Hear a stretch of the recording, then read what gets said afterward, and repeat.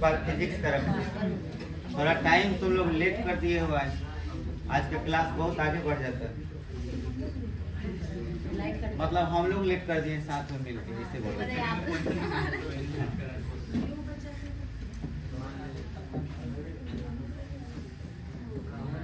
Gamma D के gamma 6 समझिए। Gamma 6 क्या होता है? नाभिक में पाए जाने वाले प्रोटॉन और न्यूट्रॉन की संख्या बहुत ज्यादा या फिर इनमें बहुत भारी अंतर होता है, तो इनमें से अल्फा, बीटा माइनस और बीटा प्लस डीके होता है। मतलब ये निकलते हैं। जब ये निकलते हैं तो ऊर्जा भी भरपूर मात्रा में निकलती है। लेकिन ये तत्व अगर एक्स है तो ये चेंज हो जाता है किस चीज में? वाई में। अब बात ये है कि एक शख्स से अगर ये वाई में चेंज हो रहा है, ये डीके अगर हो रहे हैं, तो एक इंटरेस्टिंग चीज है कि ये रैंडमली डीके होते हैं। रैंडमली मतलब यादृच्छिक। जैसे आपको मतलब कहा जाए, हम लोग बचपन में पहले पोखरा में मछली मारने जाते थे बंसी से, ठीक है, छोटे थे। तो मछली को मारने के लिए बंसी को ऐसे लगा करके इंतजार करते थे, अब फंसी अब फंसी अब फंसी, हमारा फंस भी नहीं करते। एक कबो फंस गया तो खींचते थे तो फिर डूब हो जाता था कबो कबो। और किसी किसी का क्या बहुत ज्यादा जल्दी जल्दी फंसता था। अभी बताओ कि मछली फंसेगा, इसका क्या गारंटी है? कोई गारंटी है? कोई गारंटी नहीं है, ठीक है। लेकिन एक सिक्का को ऊपर उछालोगे तो इसका गारंटी फुल है एकदम, दो में से एगो कंफर्म करेगा। ऐसा नहीं है कि हेड और टेल ऊपर ही जाके गायब हो जाएगा, हेड और टेल में से कोई एक आएगा। यानी कि हमारे जीवन में दो तरह के कार्य हो सकते हैं। एक ऐसे जिसकी पॉसिबिलिटी फिक्स हो कि कोई एक जरूर होगा। एक प्रश्न है तो उसका जवाब या तो गलत हो सकता है या सही हो सकता है। ये दो के अलावा तीसरा कुछ हो सकता है क्या? नहीं, दो में से कोई एक होना तय है, ठीक है। तो उसी तरह से हम यहाँ बोल रहे हैं कि भाई ये जो चीज है अल्फा का निकलना, बीटा माइनस का निकलना, बीटा प्लस का निकलना, ये फिक्स नहीं है। इसकी गारंटी नहीं कि पहले कौन निकलेगा। जैसे यूरेनियम है, अल्फा निकला, हम देख के ऑब्जर्व कर रहे हैं कि फिर अल्फा कब निकलेगा, फिर सोच रहे हैं कि बीटा माइनस कब निकलेगा या बीटा प्लस कब निकलेगा। हम इंतजार कर रहे हैं कि अब निकलेगा। बुढ़वा हो जाएगा तो कोई गारंटी नहीं कि निकल जाएगा उस वक्त। हो सकता है कि जब मरने वाले प्राण छूटने वाले तो अल्फा निकल जाएगा। मतलब कि alpha, beta minus, beta plus को निकलने के लिए फिक्स कोई टाइमिंग नहीं है कि कब कौन सा निकलेगा। इसी को कहते हैं यादृच्छिक या रैंडमली। तो अल्फा, बीटा माइनस या बीटा प्लस ये जब निकलते हैं तो इसका कोई गारंटी नहीं कि कौन पहले निकलेगा और कब निकलेगा। क्लियर? अब आगे समझते हैं। अगर कोई निकल गया तो उस कंडीशन में होगा ये कि इसका एनर्जी थोड़ा सा कम हो जाएगा।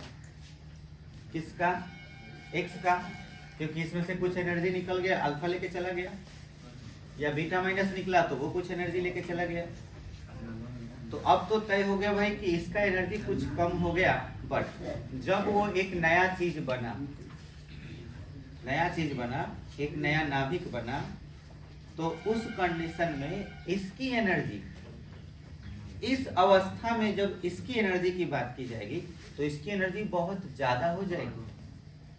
मतलब एक नाभिक है जो नए नाभिक में कन्वर्ट हुआ, अल्फा, बीटा माइनस या बीटा प्लस की वजह से, और इसके वजह से जब ये हुआ तो जब एक्स के अवस्था में था उस समय इसके पास एनर्जी था, लेकिन जिस पोजीशन में ये वाई पहुंच चुका है उस पोजीशन में उस नाभिक के लिए जो एनर्जी है वो बहुत ही ज्यादा हो जाएगा। और अभी भी ये अपने आप को क्या करना चाहेगा? स्टेबल करना चाहेगा। और अपने में से क्या निकालना चाहेगा?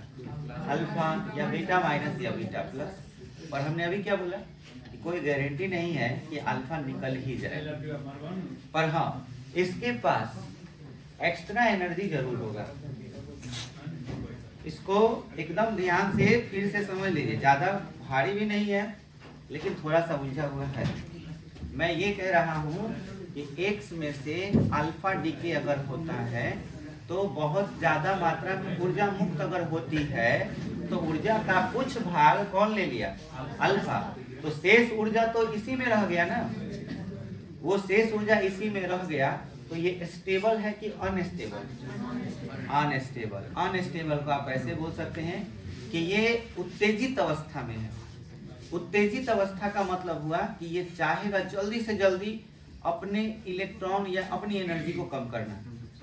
जैसे मान लीजिए उत्तेजित का सीधा मतलब माने धूप है, बहुत धूप है एकदम, ठीक है, आपका चप्पल टूट गया, अब बालू वाला रास्ता है, पॉकी वाला, पॉकी पर से उतरो तो बालू, अब पॉकी पर तो है तो पॉकी है नहीं है, एकदम धूप उगा हुआ है खूब जोर से, और तुम चल रहे तेरे चप्पल टूट के गोड़ पड़ गया एथी पर, पॉकी पर।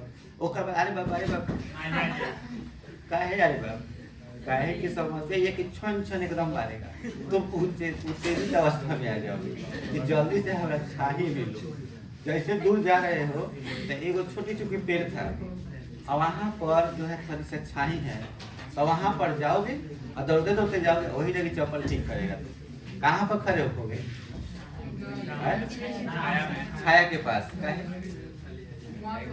वहाँ पे आपको धूप के वजह से जो गोड़ में छन छन लग रहा है वो नहीं लगेगा, ठीक है। उत्तेजित अवस्था मतलब आपको पॉकी या चाहे बालू आवश्यकता से ज्यादा ऊर्जा दे रहा है और आप लेना नहीं चाहते। बात समझ गए? कुछ दर्शक जन खड़े हैं, बैठ जाइए, इस जगह है, आइए।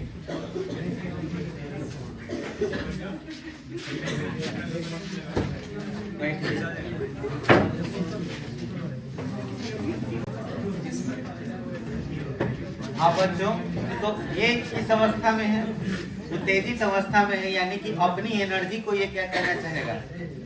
कम करना चाहेगा। अब ये अपनी एनर्जी को कम करना चाहेगा तो कैसे कम करेगा? तो तरीका है, ये क्या करेगा? अपनी एनर्जी को नाभिक में से निकाल देगा। और अगर अपनी एनर्जी को नाभिक में से निकालेगा भी तो कोई भी एनर्जी एक जगह से दूसरे जगह अगर ट्रैवल कर रही है तो वो वेव के फॉर्म में ट्रैवल करेगी, तरंग के रूप में ट्रैवल करेगी। कोई भी एनर्जी एक जगह से दूसरे जगह जाता है तो वेव के फॉर्म में। तो यहाँ से जो एनर्जी वो मतलब निकालेगा नाभिक अपने में से, वो फोटोन के रूप में निकालेगा। समझ में आया? और हर फोटोन की एनर्जी जो होती है वो hf होती है या h न्यू बोल सकते हैं। तो hf के बराबर इसकी एनर्जी होगी और इसकी टोटल वैल्यू जो होती है, जो वैल्यू निकलती है फोटोन की, ये लगभग गामा के रेंज में जो एनर्जी होता है ना, उस रेंज में ही आता है। मतलब इसकी ऊर्जा बाकी 6 को विद्युत चुंबकीय तरंग से ज्यादा होता है। 7 को विद्युत चुंबकीय तरंग है, 7 में से सबसे ज्यादा विद्युत चुंबकीय तरंग ये है जो इसकी एनर्जी होती है, क्योंकि ये डायरेक्ट नाभिक में से निकल रहा है, ठीक है। तो अगर डायरेक्ट नाभिक में से निकलेगा तो एनर्जी तो ज्यादा होगा। तुमको एक और अच्छा बात बता दे रहे हैं, तो नहीं सिलेबस में, बट फिर भी बता दे रहे हैं। मान के चलो ये नाभिक है, इसमें प्रोटॉन न्यूट्रॉन है और इसके बाहर पहला कक्षा जो K होता है, दूसरा कक्षा L, ये L11 पढ़ा होगा सब। तो K में 2 इलेक्ट्रॉन घूमते रहते हैं। मान के चलो ये इलेक्ट्रॉन घूम रहा है, प्रोटॉन न्यूट्रॉन इस तरह से है। होता क्या है कि जब प्रोटॉन को एनर्जी की जरूरत होती है, यानी कि प्रोटॉन को चेंज होना होता है न्यूट्रॉन में 1-1, है ना। प्रोटॉन को अगर चेंज होना होता है न्यूट्रॉन में, यानी कि यहाँ पर 0 और यहाँ पर 1, अगर ऐसा होना होता है तो कभी कभी प्रोटॉन क्या करता है, बीटा का उत्सर्जन नहीं करता, वो डायरेक्ट यहाँ से एगो इलेक्ट्रॉन में खा जाएगा। वैसे खाता होगा? सोचो, इलेक्ट्रॉन जो है वो परमाणु संख्या में भूमिका निभाता है ना, तो नीचे -1 होगा और ऊपर क्या होगा? द्रव्यमान 0। सोचो, इसको जोड़ोगे तो 0 और 1 0 0 तो 1। बोलो न्यूट्रॉन बना कि नहीं बना? तो ये क्या किया? अगर प्रोटॉन को न्यूट्रॉन में चेंज होना होगा तो एक ये भी तरीका है चेंज होने का कि अपने बगल वाला जो कक्षा है, K कक्षा है जिसमें इलेक्ट्रॉन है, ओकरा के नोच के खा जाएगा, खत्म। और वो चेंज हो जाएगा किस चीज में, न्यूट्रॉन में। यानी कि एक प्रोटॉन जब इलेक्ट्रॉन को अपनी ओर खींच लेगा, एक प्रोटॉन जो है एक इलेक्ट्रॉन को जब खा जाएगा, नोच लेगा, तो क्या बनेगा? तो बोलो, इस जगह का इलेक्ट्रॉन खाली हुआ कि नहीं? ये कौन सी कक्षा है? पहली कक्षा। पहली कक्षा में कभी इलेक्ट्रॉन खाली हो ही नहीं सकता। तो अब प्रॉब्लम ये है कि अगर ये कक्षा खाली हो भी गया तो अब क्या होगा? तो होगा बाहर के जो इलेक्ट्रॉन हैं वो जल्दी से जंप कर जाएंगे किसमें? इसमें, क्योंकि इसको पूरा करना होगा ना। अगर एक इलेक्ट्रॉन बाई चांस यहाँ से ये प्रोटॉन नाभिक में खींच लिया, तो उस कंडीशन में एक इलेक्ट्रॉन बाहर से कहीं से जंप करके फिर से के कक्षा में आ जाएंगे। आपको मालूम है बोर के सिद्धांत के बारे में? नील्स बोर ने क्या कहा है, जब उच्च ऊर्जा से निम्न ऊर्जा में कोई इलेक्ट्रॉन जंप करता है तो क्या निकलता है? एनर्जी निकलता है, विद्युत चुंबक की तरह। तो पता है उस समय एक्स किरण निकलेगा, एक्स किरण। अगर ऐसा हुआ तो कभी आपसे पूछ दे, ऐसा तो मैं नहीं पूछेगा, मतलब एडवांस नॉलेज के लिए है। आपको याद रखना है कि नाभिक में उपस्थित प्रोटॉन जरूरी नहीं है कि बीटा का उत्सर्जन करे, माने बीटा डीके करे। ये भी पॉसिबिलिटी है कि नाभिक में उपस्थित प्रोटॉन न्यूट्रॉन में कन्वर्ट होने के लिए अपने माने नजदीक की कक्षा से इलेक्ट्रॉन से अभिक्रिया कर लेगा, माने नाभिकीय अभिक्रिया को उसको ग्रहण कर लेगा और किस चीज में चेंज होगा? न्यूट्रॉन में। तो इस कक्षा में इलेक्ट्रॉन की कमी हो जाएगी, तो बाहर से इलेक्ट्रॉन जंप करके जैसे ही इसमें आएंगे इसको स्टेबल करने के लिए, तो कौन सा किरण निकलेगा? एक्स किरण, एक्स वेव निकलेगा। ठीक है, तो ये भी आपको ऐसे ही निकलता है। चलो अब बताओ, अभी अभी हम थोड़ा देर पहले बताए कि नाभिक है, तो नाभिक से जो शेष ऊर्जा बच गया, अल्फा बीटा माइनस या बीटा प्लस डीके हुआ, तो शेष ऊर्जा जो बच गया वो ऊर्जा किस रूप में निकलता है? फोटोन के रूप में। और उस फोटोन की ऊर्जा बाकी 6 को विद्युत चुंबकीय जो तरंग है ना, उस सब जो तरंग है उससे ज्यादा एनर्जी इसका होता है, और इसी को कहा जाता है गामा तरंग। समझ में आया? गामा किरण कहा जाता है। यह एक विद्युत चुंबकीय तरंग है, और इस तरह से इसमें से क्या निकलने लगता है? हाँ, गामा तरंग निकलने लगता है। अब इसके बारे में बताया कौन? ठीक है, ये सब चीजें कहाँ से आई, थोड़ा सा उसके बारे में। अंकल आप आ जाइए प्लीज, तो उधर तीन हो के क्या कर रहा है, समझो। अब देखो, समझो इन क्या बता रहे। एक बेकुरल नाम के साइंटिस्ट थे, हेनरी बेकुरल। आप बुझाया? ठीक है, हेनरी बेकुरल इन्होंने एक एक्सपेरिमेंट किया। यूरेनियम लिया, और यूरेनियम में क्या किया, यूरेनियम के कुछ टुकड़ा ले लिया। यूरेनियम में कुछ और भी चीज मिला हुआ था, पोटेशियम वगैरह उसमें मिला हुआ था। और यूरेनियम के कुछ टुकड़ा को ले करके वो क्या किए कि ये यूरेनियम का मान के चलो टुकड़ा है, और इसको करिया कागज से घेर, माने बंद कर दिया, काला ब्लैक पेपर। ठीक है, अभी स्टार्टिंग बता रहे हैं कि सब कहाँ से खोज हुआ था, कैसे हुआ था, जो आप अल्फा डीके बीटा डीके पूरा डिटेल में पढ़े। इसको काले पेपर में इसको बंद कर दिए। इसके सामने उन्होंने क्या किया कि चांदी का एक वो पतला सा पन्नी रख दिया। चांदी का एक प्लेट टाइप का पतला चांदी का प्लेट रख दिया। दूसरा चीज कि इसके बाद यहाँ इन्होंने एक फोटोग्राफी प्लेट रख दिया पीछे। फोटोग्राफी प्लेट, फोटोग्राफी प्लेट पता है किसको कहते हैं? नहीं पता? एक्सरे कराने गए हो, एक वो प्लेट रहता है, उसमें हड्डी उड्डी का फोटो एक्सरे के जरिए, उसी का नाम है फोटोग्राफी प्लेट। बुझा गया? एक जमाने में हम लोग जब कैमरा से फोटो खींचते थे, तो कैमरा का फोटो खींचने के लिए उसमें क्या होता था, रील होता है, रील जनक हमने के निगेटिव कहते थे। उसमें जो है तो जो रील होता था, फोटो सब जब खिंचाया जाता था तो उसको मतलब हम लोग लाइट में नहीं रखते थे। मान के चलो लाइट अगर रहेगा तो फोटोग्राफी प्लेट प्रभावित होकर खराब हो जाता है। जैसे अगर हमको फोटो खींचना हो तो फोटो खींचने के लिए जो आप कैमरा खरीदे हुए हैं, बहुत पुराना कैमरा जो रील वाला होता है वो खींच लिए और नया रील खरीदे तो नया रील खूब बढ़िया पैक करके आता था। अब रील को कैमरा में लगाना भी है तो अंधेरा में जाके रात के खोल के तब लगाया जाता था। वह है कि दिन में खोल के लगा दिए रील खराब हो जाएगा, एक लाइट पड़ेगा तो खराब हो ही जाएगा, काला काला हो जाता था, फोटो बढ़िया नहीं आएगा। अब कैमरा में रख दिए, उसके बाद फोटो जितना खींचना है जो वो उसमें बनाया हुआ है इस टाइप का बता हैंगर खूब बढ़िया डिजाइन रहा, यही में फोटो हुआ हमने क्या होता है छेद रहता था इस टाइप का।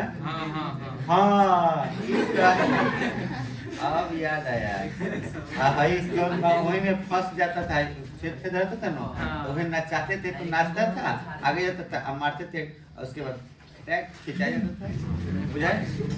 और यहाँ पर फोटो हम लोगों का खिंचाता। अब वो प्रॉब्लम ये था कि एडिट वेडिट करे वाला प्रॉब्लम, एक बार जब खिंचा गए तो खिंचा गए, कोई एडिटिंग नहीं। अब ये चीज जो है छापरा में एगो स्टूडियो में यहाँ से पूरा गारखा भर के जितना फोटो खींचता था रील वाला, यहाँ से रील काट के जाता था। उसके बाद वहाँ लैब में जा करके इसको और डेवलप करके तब खूब बढ़िया फोटो केहू के शादी ब्याह, उसके बाद स्टूडियो में फोटो खिंचाएगा रील से, रील काट के जाएगा और काट के उधर से फोटो जो है डेवलप करके और उसके बाद वो आ जाता है। इसी को हम लोग फोटोग्राफी प्लेट करते हैं। लाइट से ये क्या होता है, डिस्टर्ब हो जाता है, प्रभावित हो जाता है, ठीक है। तो अब आपको ये मालूम है कि फोटोग्राफी प्लेट पर लाइट पड़ते ही फोटोग्राफी प्लेट ब्लैक कलर का हो जाता है, खराब हो जाता है। अब ध्यान से सुनना, बेकुरल ने क्या किया था, ब्लैक पेपर यूज किया। अब सोचो ब्लैक पेपर यूज किया होगा तो इसके पीछे कारण क्या है। अगर थोड़ा सा भी लाइट इस पर अगर आया तो हमको कोई चीज ब्लैक क्यों दिखता है, कोई बता सकता है हमको कोई भी चीज ब्लैक क्यों दिखता है? Reason anybody? हमें कोई भी चीज ब्लैक क्यों दिखता है, रीजन ये बताओ। कोई चीज ब्लैक क्यों दिखता है? क्या ब्लैक कोई कलर है? नहीं है। तो यही बस सवाल का जवाब देना कि ब्लैक दिखता है क्यों। कई बार बता चुके हैं, काहे कि हम ब्लैक हैं। काहे कि वो ब्लैक है। बहुत अच्छा जवाब। हमारे पास फिजिक्स करने वाले पर विद्यार्थी को ये नहीं पता है कि कोई चीज ब्लैक क्यों दिखता है।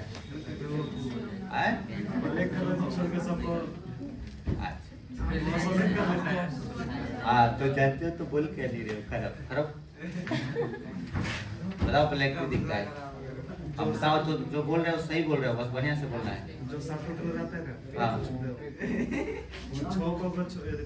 एगो को सबको रिफ्लेक्ट कर देता है और एगो को अवशोषित कर लेता है। किसको अवशोषित कर ब्लैक लेता को?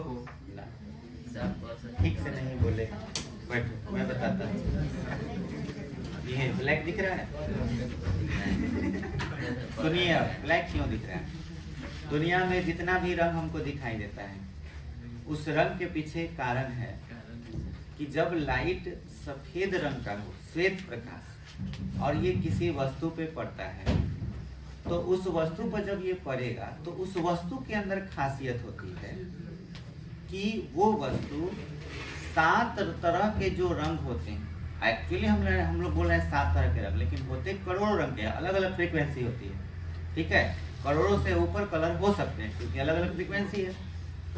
तो जैसे ही कोई प्रकाश इस पर पड़ेगा, जैसे आपको ये किस कलर का दिख रहा है, पिंक कलर का दिख रहा है, तो पिंक कलर दिखने के पीछे समझिए ये रेड के करीब में होगा, इसकी फ्रीक्वेंसी रेड कलर के आसपास होगी क्योंकि ये पिंक है। तो अब ध्यान से सुनिए, ये पिंक क्यों दिखा, इस पर श्वेत प्रकाश आए। श्वेत प्रकाश में कितने रंग, करोड़ों रंग, 7 रंग बोलते हैं तो करोड़ों बोल सकते हैं, करोड़ों रंग। वो करोड़ों रंग जब एक साथ इस पर आए, ठीक है, तो यहाँ से टकराने के बाद आपकी आंखों में जाएंगे, तभी ना आप किसी चीज को देखिएगा।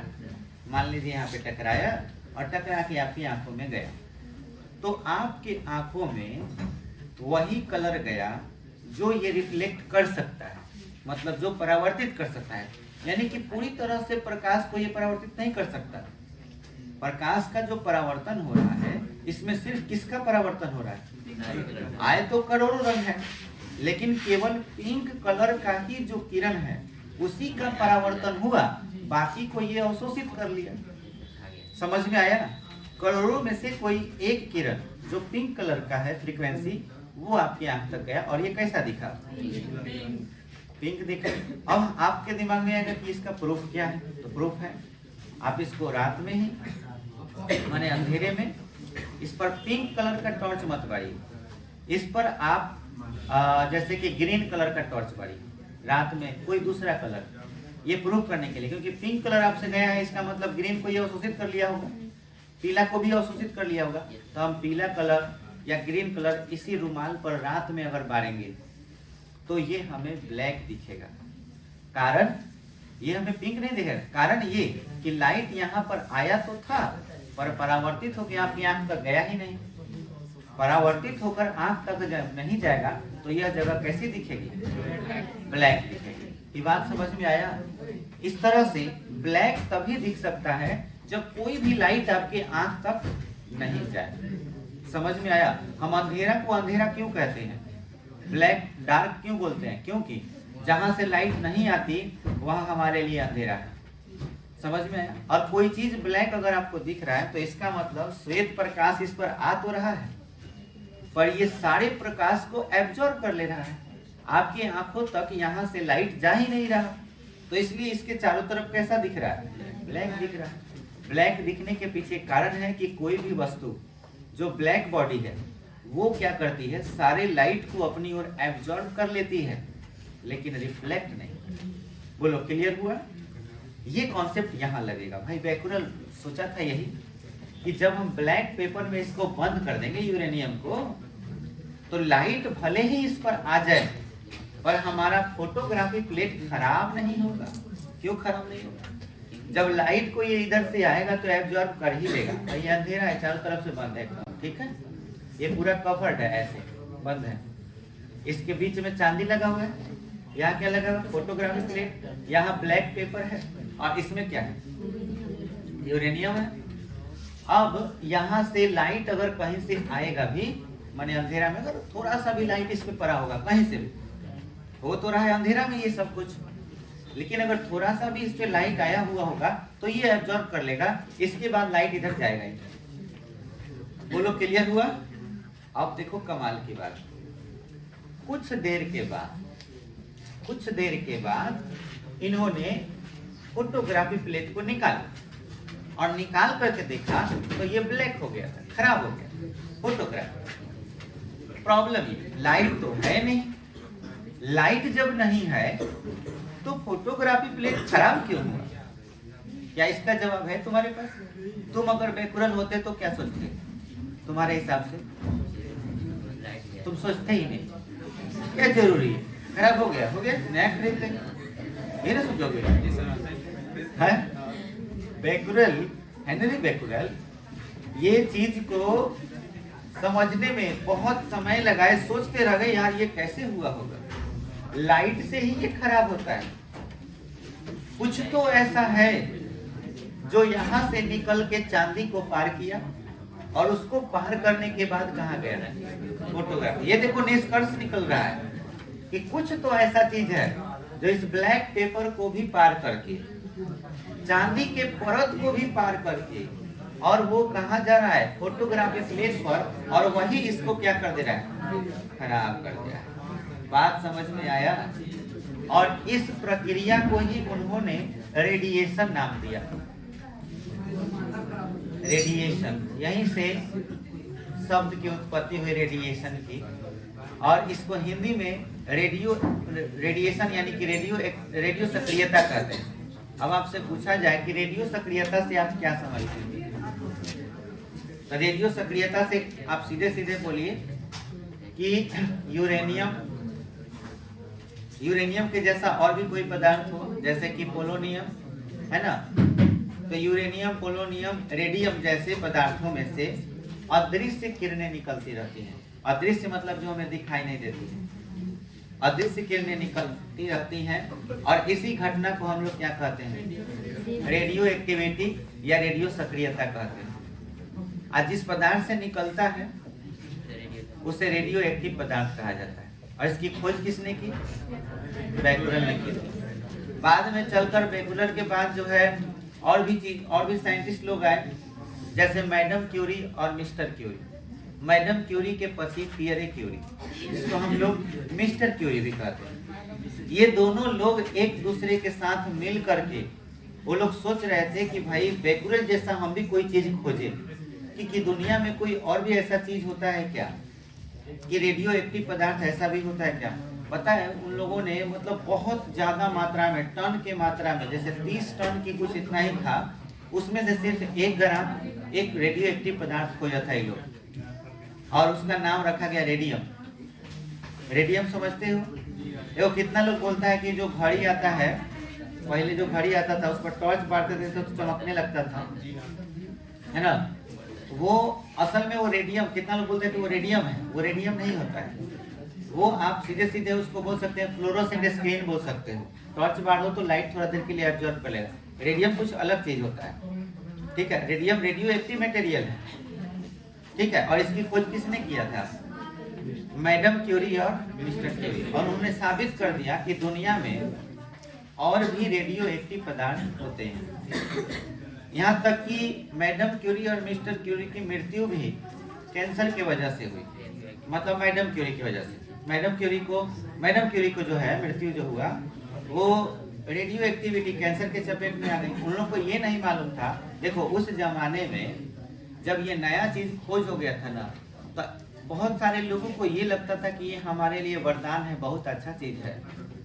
लॉकेट बना लेना, अंगूठी बना लेना, ऐसा इस टाइप का उस समय का माहौल चलता था कि बड़ा अच्छा चीज है। और उस समय में इनकी जब मृत्यु हुई कैंसर के वजह से, लोग ऐसा लोग मानते हैं, ऐसा माना जाता है कि मैडम क्यूरी जलती हुई मोमबत्ती पर अगर ताक देती थी तो अपने आप मोमबत्ती बुझ जाता था। तो इसका पीछे कारण क्या है? बात समझने की नहीं, बात समझने की है कि ऐसा क्यों हुआ होगा। मैजिक है? नहीं, मैजिक नहीं, साइंस ही है, समझने का फेर है। फोटोन जो निकलते हैं, फोटोन जो ट्रेवल करते हैं, अगर आप रेडिएशन के चपेट में आ जाइएगा तो आजकल की जो फिल्में आती हैं, फिक्शन मूवी जो आता है, हॉलीवुड जो मूवी आते हैं, आप लोग शायद नहीं देखते होंगे, लेकिन उन सभी मूवी में कहीं ना कहीं ऐसी चीजों को दर्शाने की बात होती है कि फ्यूचर में कुछ भी पॉसिबल है। आपको जो चीज लगता है कि नहीं ये पॉसिबल नहीं है, मूवी में उस चीज को दिखाया जाता है कि आने वाले फ्यूचर में ये पॉसिबल है। आप जिसे मैजिक समझ रहे हैं वो असल में एक तरह का साइंस होगा फ्यूचर में। हम जिसे अभी बोल रहे हैं कि भाई मैडम क्यूरी जो है दूर से ही मोमबत्ती को अगर देखते रह जाए जलती तो बुझ जाता था, ऐसा क्या उसकी आंख में से निकल रहा था कि बुझ जाता होगा? आए क्या चीज बोलिए? नहीं, तुम अब यहाँ समझे ही नहीं। यहाँ से कोई चीज अगर निकल रहा है और वो चीज निकल करके किसको प्रभावित कर रहा है? फोटोग्राफी प्लेट को। तो उसका नाम हम लोगों ने अल्फा, बीटा और गामा ये नाम दिया ना जी। रदरफोर्ड और विलार्ड नाम के साइंटिस्ट भी इस पर एक्सपेरिमेंट किए थे। उन लोगों ने इस पर क्या किया था, यूरेनियम का कुछ टुकड़ा रख दिया, इधर क्या कर दिया, वो प्लेट रख दिया जिस पर कौन सा चार्ज था? Plus charge. रदरफोर्ड और विलार्ड नाम के साइंटिस्ट ने, और इधर माइनस चार्ज रख दिए। और इसमें से उन लोगों ने देखा कि कुछ चीजें, अब फ्लोरोसेंट स्क्रीन भी था, तो उन लोगों ने देखा कि कुछ किरणें इस डायरेक्शन में आकर के इससे टकरा रही है और कुछ किरणें आकर के प्लस से टकरा रही है, ठीक है। अब कुछ ऐसा किरण है जो सीधे निकल जा रहा है, तो अब तुम्हारे हिसाब से ये किरण क्यों इधर आया होगा, बताओ। यस, इस पे कौन सा चार्ज होगा, पॉजिटिव चार्ज होगा। इधर जो आया होगा इस पर निगेटिव चार्ज होगा। तो जिस पर पॉजिटिव चार्ज था उसको अल्फा पर नाम दिया गया, और जिस पर निगेटिव चार्ज था उसको बीटा पर नाम दिया गया, इलेक्ट्रॉन। और जो सीधे निकल गया वो तो उस पर कोई चार्ज ही नहीं था। और विद्युत चुंबकीय तरंग ही ऐसा चीज है जिस पर कोई आवेश नहीं होता, तो इसका नाम गामा किरण रखा गया। और रदरफोर्ड विलार्ड ने इस तरह से इसका नामकरण भी किया और बताया कि अल्फा कण जो होता है वो पॉजिटिव चार्ज होता है, बीटा कण निगेटिव चार्ज होता है, और गामा किरण पर कोई चार्ज नहीं होता है। इस तरह से ये हुआ। बात समझ में एक्सपेरिमेंट में। तो यही सब चीज था। अब थोड़ा सा लिख लीजिए, 2 मिनट लगेगा। गामा 6,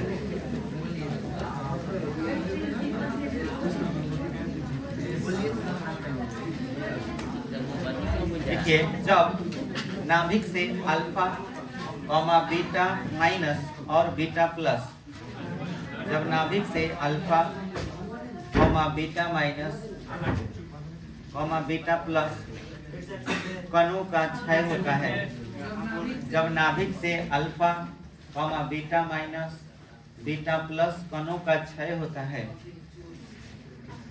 तो नाभिक उत्तेजित अवस्था में आ जाता है। तो नाभिक उत्तेजित अवस्था में आ जाता है।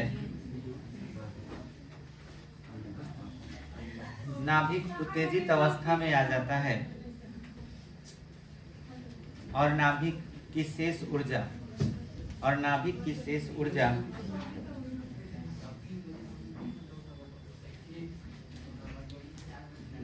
शेष ऊर्जा विद्युत चुंबकीय तरंग के रूप में बाहर निकलती है। शेष ऊर्जा विद्युत चुंबकीय तरंग के रूप में बाहर निकलती है। विद्युत चुंबकीय तरंग के रूप में बाहर निकलती है। विद्युत चुंबकीय तरंग के रूप में बाहर निकलती है।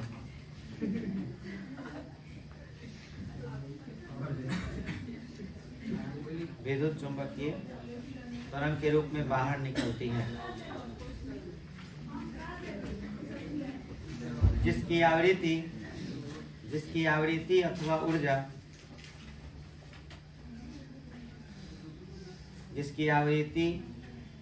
अथवा ऊर्जा गामा तरंग के बराबर होता है। गामा तरंग के बराबर होता है, जिसकी आवृत्ति अथवा ऊर्जा गामा तरंग के बराबर होता है। गामा तरंग के बराबर होता है। इसी घटना को गामा क्षय कहते हैं। इसी घटना को गामा क्षय कहते हैं।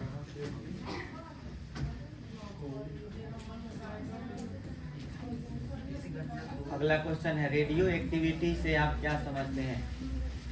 रेडियो एक्टिविटी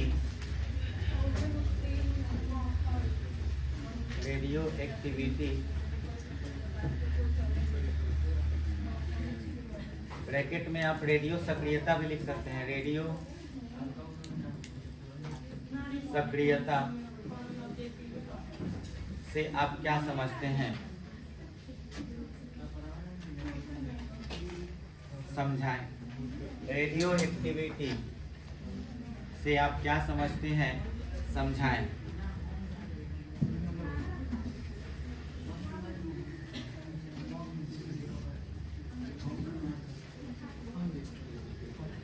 आंसर, इस दुनिया में कुछ ऐसे पदार्थ होते हैं, इस दुनिया में कुछ ऐसे पदार्थ होते हैं, इस दुनिया में कुछ ऐसे पदार्थ होते हैं जो खुद से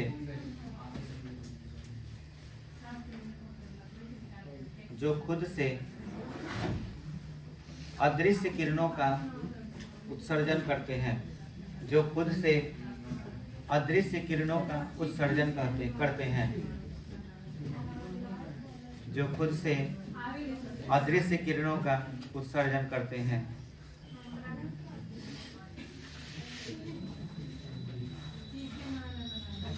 अदृश्य किरणों का उत्सर्जन करते हैं।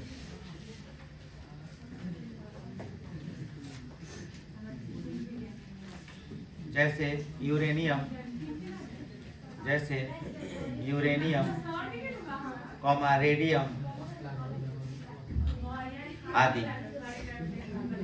रेडियम आदि।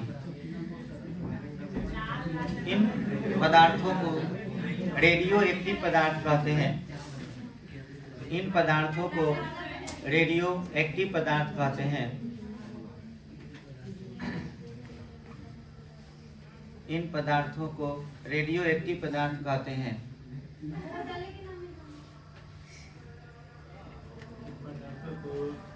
रेडियो एक्टिव पदार्थ कहते हैं एवं अदृश्य किरणों का निकलना रेडियो एक्टिविटी कहलाता है। अदृश्य किरणों का निकलना रेडियो एक्टिविटी कहलाता है।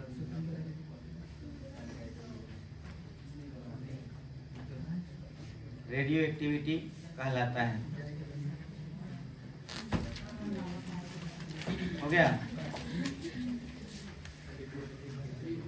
इसकी खोज बेकुरल ने की थी।